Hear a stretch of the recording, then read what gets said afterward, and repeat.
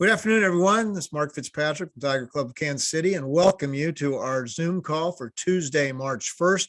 Very special guest today, SEC's Associate Commissioner for Men's Basketball, Dan Leibovitz. Before we get to our interview with Dan, let's get some updates on Mizzou sports. The men's basketball team plays its final road game of the season tonight at South Carolina. A game will start at 6 o'clock on ESPNU. Mizzou women picked up a huge win on Sunday at Florida to close out their regular season. They'll head to Nashville for the SEC tournament. They'll be the number 9 seed, take on Arkansas at noon on Thursday, and that will be on the SEC network. Coach Brian Smith's wrestling team heads to the Big 12 championships this weekend in Tulsa. Both the softball and baseball teams are off to great starts. Softball is 12-4 and ranked 16th in the nation. Baseball has begun its season with 6 wins in 7 games. Make sure you check out the Tiger Club website at kctigerclub.com for updated information, including about our 2022 golf tournament, which will be June 27th. You'll also find a list of our upcoming speakers and sponsors. And again, follow us on YouTube.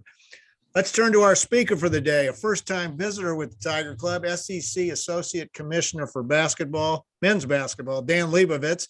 Dan played his college ball at Penn and was a longtime assistant coach under the legendary John Chaney at Temple. He also served as a head coach at Hartford, assistant at Penn, and for the then Charlotte Bobcats of the NBA. He's in his 6th year with the SEC after previously working with the American Athletic Conference. Dan, welcome. I know you have an extremely busy schedule this month. I saw on your Twitter, your calendar, you're a busy guy. We really appreciate you taking the time to join us. Thank you so much, Mark. Yes, I want to be as busy as I can for as long as I can be during the month of March, because I want to have teams playing all the way into April. So that's part of the job, and the family knows that I'll be all over the place this month. I'm looking forward to it. Well, you have to be pretty happy with the way the SEC, I think it's been rated one of the top 3 conferences all season. It looks like there are 6 teams are a lock for the tournament, and possibly 1 or 2 more on the bubble. Of those 6 teams, they all, when you look at Joe Lunardi, they're all a 6 seed or better. You're doing your job very well this year. Well, I don't know if I could take the credit for that. We've got really good coaches. We've got really incredible student athletes. I try to make us more organized where I can. I talk to the coaches constantly, sometimes good, sometimes bad conversations, but I don't know. We've got unbelievable basketball. I'm excited to see it. I don't know if I could say, I don't want them to blame me if the basketball isn't as good next year, so I don't take all the credit. At this point, you have 4 teams within 1 game of first place in the league, Auburn in first, and then Tennessee, Kentucky, and Arkansas right behind. You couldn't ask for a better closing week to the season. Incredible. And it was incredible that last weekend we had Kentucky and Arkansas and Auburn and Tennessee, which again, those are in some combination very likely to be our semifinal. So, could be according to seeds, I should say. And then this weekend to have Arkansas at Tennessee playing for that seed is about as great as you could script it. So looking forward to that and other games that are, we have tiebreakers throughout the league, and some, Kentucky at Florida is a big game. There's many. So be an exciting weekend. And, our teams have been compelling, and our games are so competitive. It makes for some great TV, and been fun to follow. Those 4 teams are obviously locks for the tournament, I think, along with Alabama. LSU is going to get in. Florida looks to be on the bubble. What do you think the Gators have to do to cement their invitation to March Madness? Keep winning. They have some losses where they had key injuries. Colin Castleton missed some games. They've left themselves in a position where we feel like they have a great chance. They're going to have to close out here well, and perhaps, I won't say perhaps, you got to play well in Tampa, pick up some wins. There's a lot of teams in the country right there that they all got to keep winning, and I think Florida's no different. Another team I'm kind of interested to ask you about is Mississippi State. On the Ken Palm, they're ranked 43, but I don't see them getting a lot of mention for the tournament. Can they get in without winning the tournament? the SEC tournament? I think they can. Just like I said with Florida. I mean, they've got some good metrics there. They need to get more quad one wins to beef up the resume, but they've left themselves again with right there. I'm looking at it. So 8-8 in the conference. I think they're up at 17, 18 wins overall. So they keep winning some games. They have a chance. Looking down the top four, Auburn's 3-3 over the last 6 games. Kentucky 2-2 over the last 4. Tennessee has won 7 of 8. Arkansas, though, is 12 of 13 since starting 0-3 in conference. Razorbacks are a rival, but I have to tip my hat. They've really turned this season around, and I think they're a real danger in the tournament. Your thoughts on that? Yes, when you look at those teams that you just mentioned, so it's really hard to win conference road games, and those top 4, I mean, they've been just about impossible to beat at home. So then Auburn loses at Florida, loses at Arkansas, Kentucky loses at Arkansas and Tennessee. So it's not like they're playing bad. You've just got some really tough games on the road in this league, and yeah, Arkansas, they kind of hit a little bit of a ditch early on, you'd say in December, and heading into conference play didn't have a ton of momentum, but Coach Musselman does an outstanding job of figuring out what works with each team as the season progresses, and now they're just playing great basketball. Really compete on the defensive end. They've got a dynamic scorer, JD Note and Jalen Williams, just to name 2 of their players, is one of the better big guys in our league and in the country. Just a high IQ player, seems to do everything they need to do to win games. So been fun to watch Arkansas. They are incredible at home, and they're also been really good on the road. It's been kind of a tough season for our Missouri Tigers. I don't know how much you've watched them play, but they've shown some flashes a couple times. It looks like they're locked into either the 12th or 13th seed they definitely will play a 12-13 game in Tampa next week. But what are your thoughts on the Missouri Tigers this season? Well, I watch every game across the conference as much as I possibly can. I usually have multiple screens set up, or I go to the video center here. So I've seen a lot of Missouri. I've been to some of their games in person as well. I think the world of Konzo is having, I'd say, a tough year. I think I don't want to coach his team. I really don't. I think if you just from afar, I'd say, there's not a traditional post player that gets you anything really easy. They kind of have to work for it with the personnel. They make it hard from the defensive end. I think loss of Pinson is a factor in the season, having a point guard that's able to get in there and create rotations in the defense. But I know there have been a tough out, really a tough out at home for many of the games, and you just hope they can put it together here and have a great finish and a great tournament in Tampa. Talking to Dan Leibovitz, Associate Commissioner of Men's Basketball at the SEC. If you'd like to ask him a question, please use the chat feature at the bottom of your screen. Dan, you've been a coach at the highest level. Talk about your matriculation to your current position. Well, that's a long answer to that one. I kind of start at the end. So we have 3 beautiful children, my wife Nancy and I, and made some moves in college, found myself in the NBA as an assistant.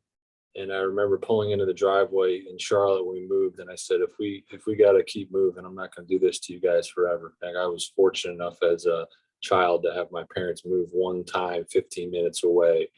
And I think as a coach, we go from one city to the other, and all we got to do is meet our new coworkers, and we start coaching our team and kind of get into that world. And our wives have to meet new friends, and our kids have to make new friends, and there's a lot that goes on there. So I just felt like it was maybe time there for me, even though I was young, to look at something else. And I ended up, I won't tell you the whole story, but I ended up at the American Athletic Conference after a year with Charlotte in the NBA. I had a year to kind of figure it out, and ended up in the same position I am now at the American. And I don't know. I looked around for something. I was pretty sure I didn't want to go back to college coaching. The NBA kind of spoiled me. And I don't think I ever even thought about a conference job. I wasn't even sure they really existed for someone like me. And it was it was interesting because the first job I went after, where they, every other job says, well, you seem great, but you've been a coach. Your resume is coach, coach, coach. And then I looked at the conference office and they finally said, it's great that you're a coach because we want somebody that can relate to our coaches. So what a nice fit. So end up at the American, 2 great years there, really enjoyed it. And that became the SEC. And it really has been a good match for me and my personality and what I love to do, to be around the game and affect it in a different way, interact with the coaches, sometimes the student athletes. And I've learned so much. It's been outstanding.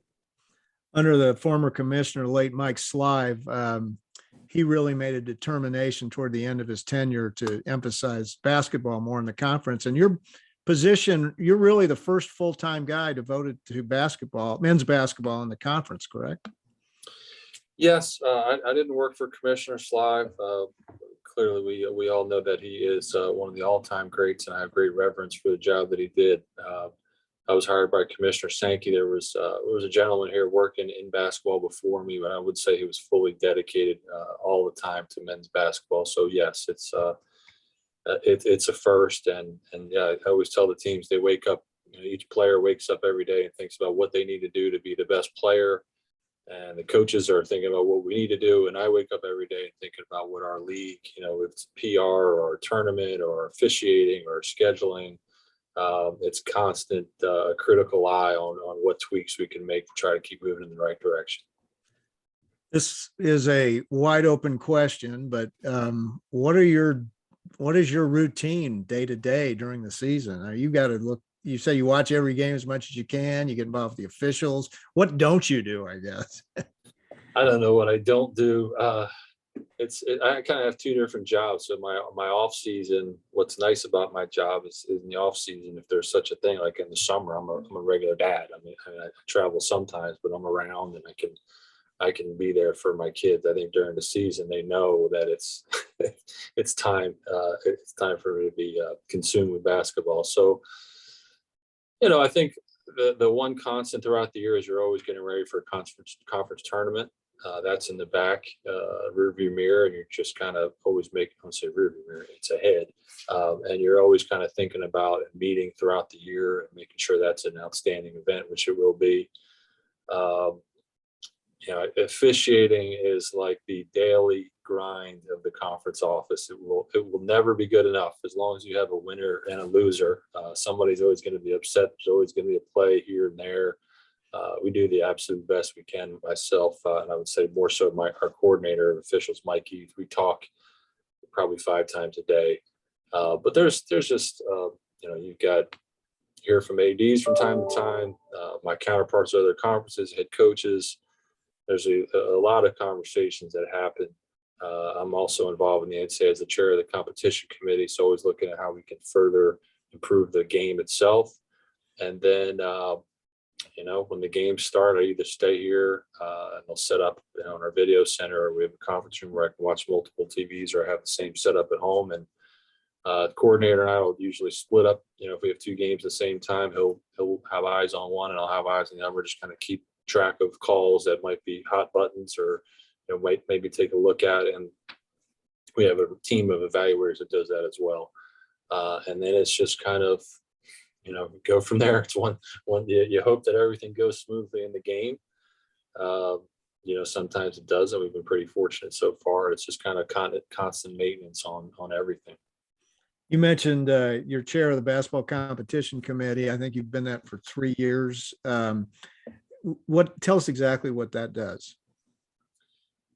So they would say that the competition committee looks at the game from 30,000 feet. What should our game look like? And a lot of that was the freedom of movement, with less hand checking, less bumping cutters and dribblers, and we've done our best to uphold that. Some would say we haven't done it well enough, but we've tried, and that's a daily dialogue, as I said, with the officials and our coordinator. But like another one we did was moving the 3-point line back. We've had discussions about whether the lane should be widened. We've had discussions about quarters. We've had discussions about advancing the ball during the last minute, like the NBA does on a timeout. So kind of overarching things that we think might improve the flow of the game or player safety. It's a really good group. You've got prominent media members and some head coaches and athletic directors, student athletes, some folks from the conference like myself. So it's really a good dialogue. And I think right now we've made so many changes that have been significant. And you don't want to, doesn't mean we have to constantly change. So we don't want to just change for the sake of changing, but it's just looking at some of those things. The other thing we've introduced is you may or may not have noticed that on the team benches now, the coaches or members of the coaching staff have iPads with live video. We've never had that in college basketball. So you could, as a teaching tool, bring over a student athlete and say, here's what happened on the last play. Here's why coach took you out. You could remind them of a preloaded video playbook. Some teams might use that kind of technology. So whatever it may be, that was kind of a big deal to introduce to our game. And we talked about that for some years. You anticipate any significant rule changes, or would you like to see any in the next few years? I don't know what to anticipate. As I just said, I don't know if we want to do something major. I'm curious about widening the lane, and it's one that it's kind of unquantifiable. You're not going to find any data that shows you one conclusive argument or the other, but I tend to wonder and think if it might open up the flow of traffic in our games. We have a narrow lane. We have no defensive 3-second rule like the NBA does, which is a disadvantage. So when you go driving in there, you're driving into a lot of traffic. But I think that could kind of open up games where a post player sets up, or even we have a lot of teams that run horns actions where the screens start at the elbow. They're a little bit wider. So it could open up the floor a little bit for us. I can't think of another one. Everyone always wants us to do less replays, less reviews. I know that. And we try our best. That's another thing we do in the SEC is a collaborative replay. So we're the only ones that in the country, the only conference where when the officials probably know this by now, they go to review, they put the headset on and they talk to an official here in the office. And we're the fastest in the country. I think we average 31 or 32 seconds headset on to headset off. Sometimes there's plays that happen that take long, but I know there's a lot of key stakeholders that would like to see us move away from so many reviews. And, I think it's something we always talk about. How about that? Heading into the marquee event of the year, the SEC tournament, how are officials assigned for that? Officials, anyone who works in the SEC tournament is one of our full-time officials. So you're gonna have to work at I don't remember the number, but a certain minimum number of games, which they all, not a problem. And then just over the season with our team of evaluators, we call that the referee development team, RDT. We have daily reports on all games. We have 3 members of the officiating leadership group, including myself, that evaluate all the games. I think it's, more than anything else, it's a conversation based on their history and how they performed this year. And we kind of come together and say, this is our top group. This is who we think should move on. And then we'll evaluate. We have a general idea of how we would like the tournament to play out with those officials, perhaps. And we evaluate each day and just kind of say, look at where we are and what changes might we need to make and who fits in what game. Ask about your career a little bit. You worked for 10 years under John Chaney. He's obviously a coaching legend. Tell about your experience with him. One of the all-time greats. I miss him. It was tough to lose him, and he was all things to me. He was a best friend. He was a tremendous leader. He impacted so many lives, and an outstanding tactician and just one of a kind. The way that he played and the way that he led will never be duplicated. I'm not saying he was the most successful of all time, but he was unique and brilliant. He was a grade school teacher and coach. He was a high school teacher and coach. He was Division II coach and national champion. So he was just the epitome of someone who just understood how to teach. Everything was about teaching and teaching moments and developing young people for success in life. And watching him years ago, I don't know if there was ever anybody more passionate on the sidelines than he was. One year I want to ask you about, you went to two Elite Eights with him. And I Yes. think in '01 you were an 11 seed and lost to Michigan State in the regional final. What are your memories of that? Wow, we had a season. I believe that season at one point I think we lost 7 games in a row, and we just got on a tear in conference play, and we won. Did we win our tournament? We didn't win our tournament. Man, I can't even remember. Yeah, we did win our tournament. We did. I think we had to win it, and we did. We beat I think it was St. Bonaventure in the final. I want to say it's been a long time, but long story short, there. Sorry. I remember that we kind of went there without a lot of expectations, and that can be fun. So we played Florida. Billy Donovan. I can't remember if it was first or second. Texas was first, actually. Rick Barnes was first at Texas. That's what it was. So I remember thinking that was a good matchup for us because they were a very physical team, not the best shooting team, and we were if you know John Chaney, we were 100% zone defense. So we thought that was a pretty good matchup. Florida in the second round, we thought was going to be tougher, and both those we just played out of our minds. Our players just were in this comfort zone, and we went to halftime of one of the games, and I remember we were up 20 points. We almost didn't know what to say to each other or to the team. We were just so happy. And then North Carolina got upset by Penn State. So we get Penn State in the round of 16 to go to the Elite Eight. And then Michigan State, sooner or later, when you get on those runs, you run into a team with 3 NBA players, and that's when it gets even harder. So I remember they had Zach Randolph and oh my God, I can remember. I can picture the guy's name. I can't. I'm blanking on the name. He played in the NBA for 10 years. I'll think of it in a second. And another Charlie Bell played in the NBA as well. So really good team, and I had to scout for the game. And they had a man named, I remember his last name was Thomas, and he was really like the 5th wheel on that team, and a very good glue guy, you would say. And I said, if we lose, it's going to be because this guy makes shots, and I think he had a perfect game from the floor. And it's okay. We had to say to ourselves, like, this is how we're going to lose, and that's exactly what happened. And we did a pretty good job with the best players. Tough team to rebound against always, but yeah, tough one. And the last thing I'll say, sorry, I gave you the long answer on that one, is a pretty special moment that I remember about that whole run is Tom Izzo in that game.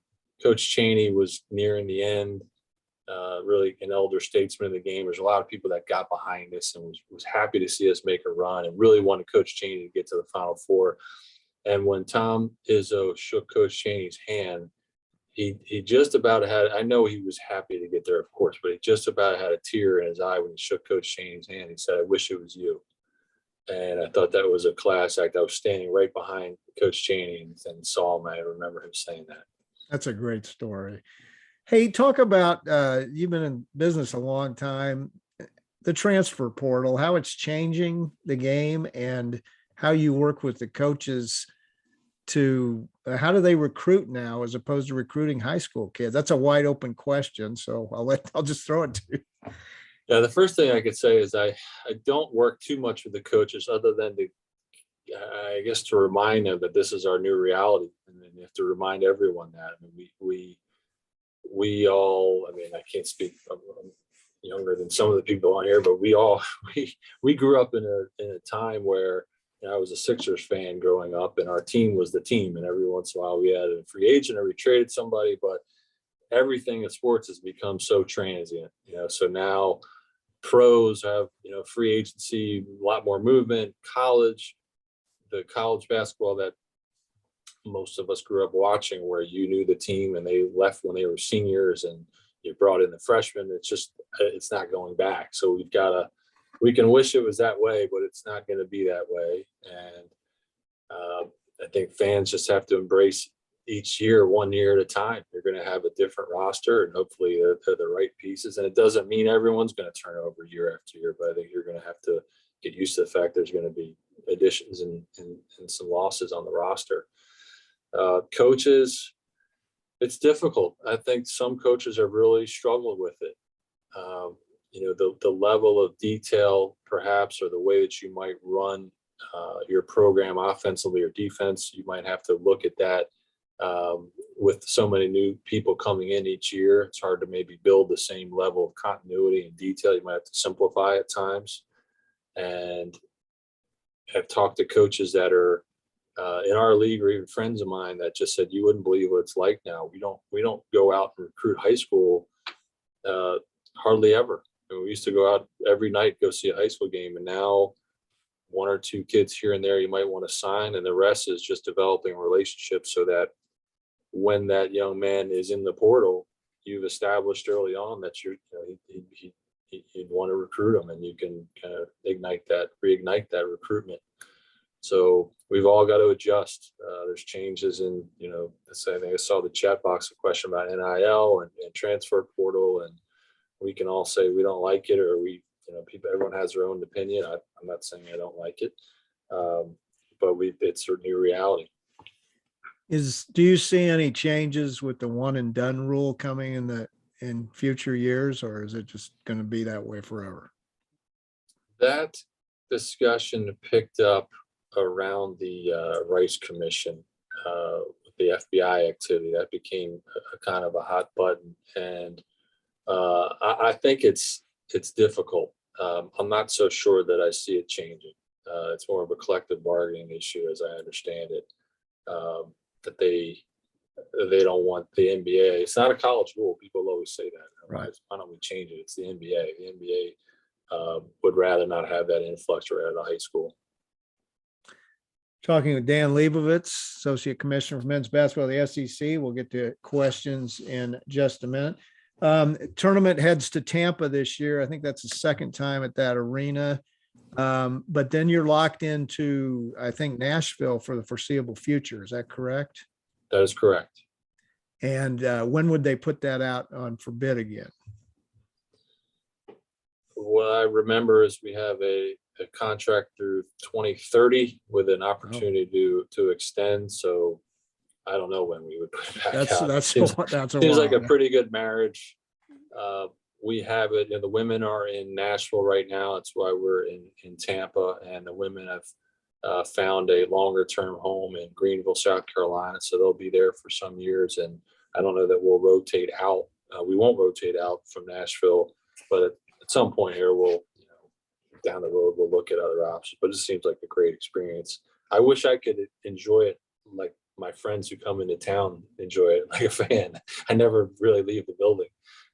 So I don't get to have a whole lot of fun. I'm in there hoping everything goes okay. But I love it for it's just a good fit. I mean, Tampa's been great. They do great events. They host Super Bowls, and the Lightning play in the building. They have NCAA tournaments and regionals there. So we've got great partners.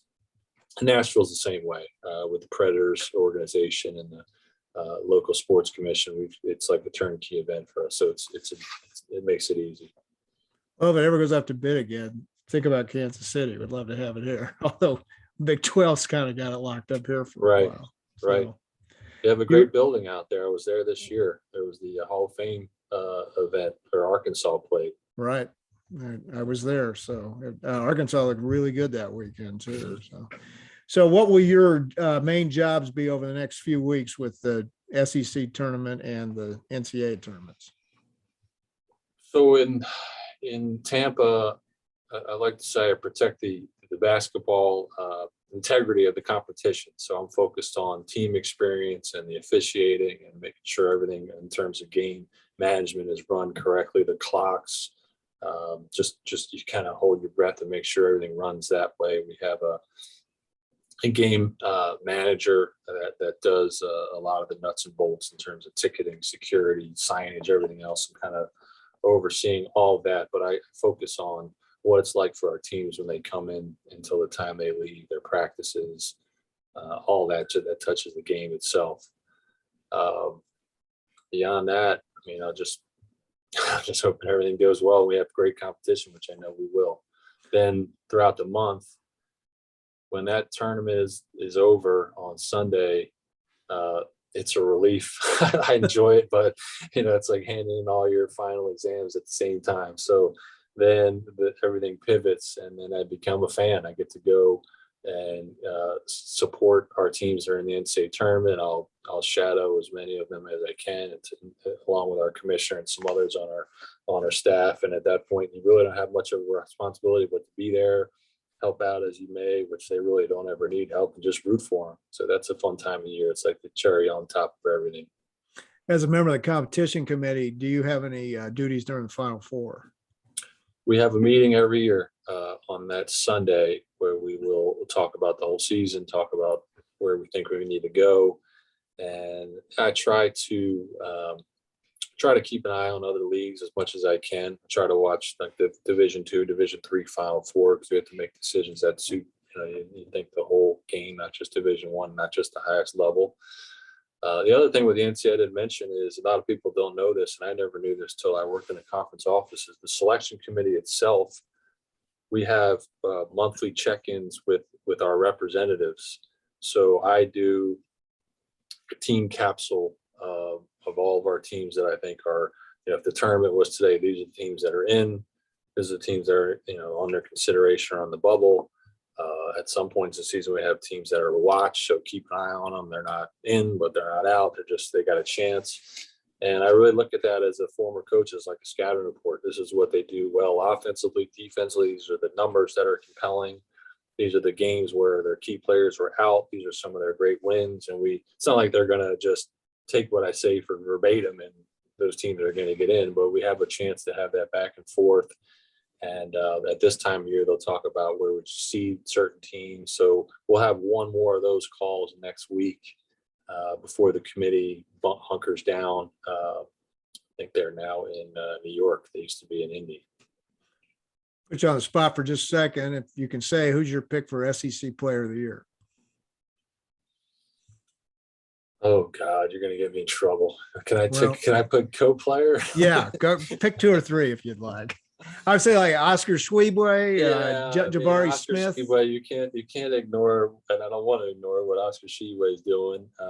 JD Note right now in Arkansas. Auburn is they have two great players, Walker Kessler and Jabari Smith. I don't know. You don't want to slight. There's so many good players, but I think those are the ones that come to mind for me. You answered that fairly. I like that. You ready for some questions from our viewers? First one is, and I'll broaden this a little bit.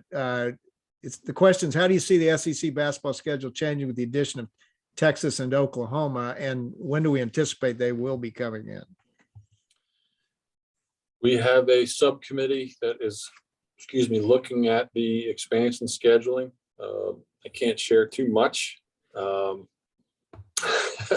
we're fully attentive to it. I think we've got a good plan in place. And in terms of the when, I know nothing sooner than 2025. There's been a lot of speculation. I really don't know any more than you do. It's a complicated issue. A lot has been made of officiating and the changes that were made this season to swallow the whistle and let teams play. Has that been an emphasis? How do you view the state of college basketball in terms of officiating? I don't. There's not been a directive to swallow the whistle. As I said, we'll never make everybody happy with officiating. So I can remember 2 or 3 years ago, we were getting articles sent to us and data that there were, we were calling the most fouls, and nobody wants to watch these games where they blow the whistle 60 times. And then if you call less fouls, then we're letting it be too rough. And I wish there was a perfect middle, and that's what we strive for. But I've heard our coordinator talk to our officials. I mean, every group session we've had with our officials, and I've never heard anything but, about swallowing the whistle. I've heard to be patient with the whistles, to watch a play develop so you can see the beginning, the middle, and end of a play. I've heard us talking about not penalizing the offense to call a touch foul, and I'm going to go in and score, and we call a foul out here and negate something that would be a layup. I think we'd agree that's probably not the best whistle, but nothing else. I mean, we've got big, strong, physical athletes, great athletes, and we're trying to find that balance between over officiating and letting everything go. I've never, as I said, we'll get all kinds of opinions. I get as many voicemails and emails and letters about officiating than you could imagine. So I do a public address at Big 12 tournaments. So I'm on the court, and I cannot. I can't be a more difficult job than officiating college basketball, any level of basketball. It just looks so hard. very hard. It's hard even to know. I mean, the rule book is very nuanced. So I don't think they get enough credit all the time for knowing how to administer all of the complicated rules that we have, frankly. And we've got such a hard game to officiate. And what I always say is, show me the entity in sports, college or professional, where somebody says our officiating is great. we're consistent. We don't make mistakes. It doesn't exist. So we strive. It doesn't mean we don't try, but we understand that it's competition. So someone's always going to be frustrated, and there's never going to be a perfect game by the officials. And with today's world of the camera angles that we have and social media, these plays live forever, and just wasn't always that way. So it's another new reality for us. You're not seeing all the questions because some are sending me directly, but next one's about officiating. When you talk to coaches who have a complaint about officials, how do you weigh the quote heat of competition and as the coach who wins or loses versus a real issue you need to address? Yeah, well, most of the time they've been great. We've really tried to, and I appreciate this, we've tried to push the calls to our coordinator because I want to empower him to do his job. And he's the expert. I watch and I do as much as I can, but he should really be answering those questions. But yeah, I think there's our coaches have been pretty good. I think there's times where they watch the film and they recognize that, oh God, I went crazy on this one, and it was actually right. Not all the time. I think that there's plays here and there, and we'll say, yeah, we missed that one, or you think we missed that one, but we actually, we support or validate the call on the floor. I think it was an overarching trend where they would talk about a pattern of a certain official or a metric that they see where over the course of the season, something was worth looking at. I think we don't ignore anything. We follow up on everything, but you take a closer look at what they're saying. Most of our guys, I would say, are very fair about it. They're all competitors. There's a reason they're at this level. They're going to be frustrated when they lose. I understand that, but most of the time when they call, I know what they're calling about. I watch the game. I know what, as a coach, I would be looking at. I see their reaction, so I'm writing down those plays, and I don't know if I can give you the best answer to it. It's a good question. It's not an easy one to answer. I agree. You mentioned quarters in basketball, which seem to work well in the women's game. Is the extra timeout you get without quarters a big consideration for not going to quarters in the men's game? Has a lot to do with television. Has a lot to do with the breaks, and so CBS being a major partner of the NCAA has not been a big fan of quarters, and that slows things up. Related question is next one. A team is on a roll, then there's a TV timeout. How does that affect play after play resumes? It could impact play. I mean, it's interesting. We have coaches in our league that go on a 6-0 run or 8-0 run. They call timeout themselves and reorganize their team, or so their breaks in the game, they're always going to be there. Sometimes they help, sometimes they hurt. I don't know. I can't track how that always plays out.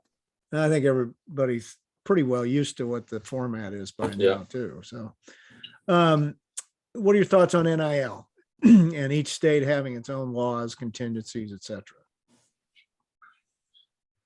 want to get myself in trouble on this one. I'm not the expert on NIL. I think it's great that our student athletes are benefiting. As I said, it's a different mindset in coaching. I think that a lot of people would say, how do you get them to buy into what you're doing? And all of a sudden there are these individual entities, and if they play better, they get more money. And guess what? That's what the NBA coaches do constantly. Yeah. It's trying to get people that are invested in a different way to work together. Do I think there should be state guidelines? I really don't want to. I'm not an expert. I don't want to say the wrong thing there. I hear a lot of our coaches saying that there should be some sort of, in football and basketball, some sort of guardrails. But these things are coming from the courts. This is not the NCAA trying to figure out how this works. This was a lot of it was an outcome of the Alston decision, which has a lot to do with amateurism. So it's just people have to think about it differently. Do you think it levels the playing field on recruiting or gives advantages to the powers? I don't know if I would say it levels the playing field. I don't know if the playing field's ever been level in terms of recruiting, because you've got different facilities, different resources, and different locations, and different coaches, and it's always going to be advantages. Yeah, good answer. What were your thoughts about the Michigan-Wisconsin handshake line incident, and does your office feel the need to remind coaches about their behavior? Good question. We have not mandated handshakes for 2 years. We went away from it during COVID, and in the NBA, the coaches kind of just give each other a wave during the anthem or before the game, and they give themselves a wave after the game. And our coaches in men's and women's were perfectly fine with that. It's not in a reaction to what happened in the Big Ten. There's two different sides on that. I mean, if you're old school, you might say, oh, they should shake hands after the game. And I don't know. I think sometimes we make too much of that. Doesn't mean you have bad blood if you played the whole game and you acknowledge each other by wave instead of going through a line. It hasn't really been a hot button issue for us. That situation, I don't know what to say. I think it's a shame what happened. I think that two coaches kind of having a little bit of a dust up, or rubbing up against each other, having an argument, not so uncommon after a game. These things happen. Sometimes there's a timeout called, or running up the score, or whatever it may be, and it unfortunately escalated. And I don't know John Howard personally. I've been really impressed with the job he's done. I think it's regrettable. I'm sure he regrets it. And it's he'll move on. And I don't know what else to say about it. You just, on those days, you're happy you're not the Big Ten, because nobody wants to be in that situation. They probably watch that video 500 times, and we don't want to suspend our coaches and fine our coaches. So it's unfortunate. Do you get involved yourself with the TV contracts for basketball, and what is, I know that SEC's had a long-term relationship in football with CBS, and I think that's going to go to ESPN. I may have but what about basketball? What's the TV situation there for regular season games? Yep. So it's tied into the same thing. Like our CBS contract is a lot about football, and there's a certain number of basketball games that CBS does. I'm not involved in anything other than making sure they fulfill their appearance minimums for CBS. For every team has to be on a certain number of times in a 5-year window. There's only so many games CBS can pick in a year, et cetera. So we manage that. But in terms of, when we were going to have to bid with, we're negotiating with ESPN, they asked me what are the kind of things you think we would need, and we had that conversation. But I certainly wasn't in the room. We signed it. I promise you that. Dan, thank you very much. This has been great, and I know your schedule this time of year is wild. So you taking the time on March 1st to talk to us is very much appreciated, and we hope to get you again sometime. We usually meet in person at a local bar restaurant, and Mike Slive actually came in and talked to us right after we joined the SEC. So you're always welcome to come to Kansas City and join us on Zoom as well. I would love to. I've been to Kansas City a couple times. I went to the Auburn, Kentucky Elite Eight game there. It was a heck of a game. I need to know that somebody's got to tell me the best barbecue spot in Kansas City. If there's only one, is there only one? Scott's mad at me. Tell me the number one. No, I don't know it that well. If you ask everybody in this call, you're going to get a different opinion. Well, that's what I said.